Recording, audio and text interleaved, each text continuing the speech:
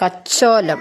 ഇപ്പോൾ ഒരു കമൻറ്റ് ചെയ്തിട്ട് ഒരാൾ പറഞ്ഞിരുന്നു, കച്ചോലം കഴിക്കല്ലേ, നീ നീ അനുഭവിക്കൂ എന്നും പറഞ്ഞൊരാൾ പറഞ്ഞിട്ടുണ്ട്. പിന്നെ ഒരു ആൾ പറഞ്ഞിരിക്കുന്ന ഹൈക്കോടതിയെ സമീപിച്ച് ഇലകൾ കൊണ്ടുണ്ടാകുന്ന മരുന്ന് ജനങ്ങൾക്ക് കൊടുക്കുന്ന തടയണമെന്ന് കോടതിയിൽ പറയുമെന്ന് ഹൈക്കോടതി സമീപിക്കുമെന്ന്.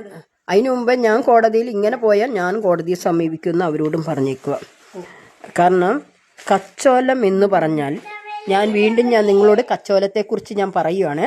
കച്ചോലം സാധാരണ ശ്വാസകോശ രോഗങ്ങൾക്ക് ഉത്തമമായ മരുന്നാണ്.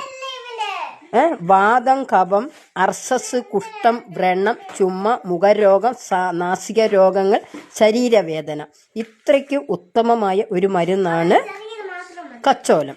വായുശുദ്ധിക്കും കണ്ഠശുദ്ധി എന്ന് പറഞ്ഞാൽ തൊണ്ടയ്ക്ക് ക്യാൻസർ വന്നാൽ പോലും ഉണങ്ങുന്ന മരുന്നാണ്. ഇതാണ് അയാൾ പറഞ്ഞിരിക്കുന്നത്, കച്ചോലം കൊടുക്കരുത്, കച്ചോലം കഴിച്ചാൽ പഠിക്കുമെന്ന്. അപ്പോൾ ഈ മരുന്നുകൾ കൊണ്ട് രോഗം മാറുന്നതാണ് ഞാൻ കൊടുക്കുന്നതാണ്.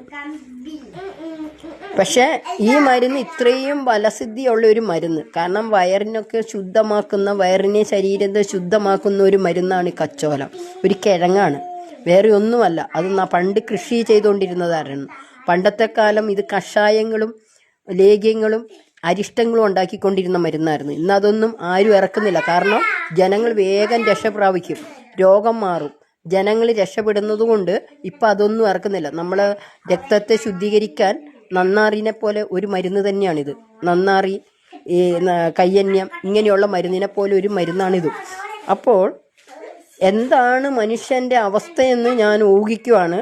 ഇതൊക്കെ ജനങ്ങളെ ചതിച്ചു കൊണ്ടിരിക്കുന്നത്. ഇപ്പം നിങ്ങൾ ഞാൻ കൊടുത്ത ഒരു വീഡിയോ കണ്ടില്ലേ, ഷെയർ ചെയ്ത ഒരു രോഗിയെക്കുറിച്ച്.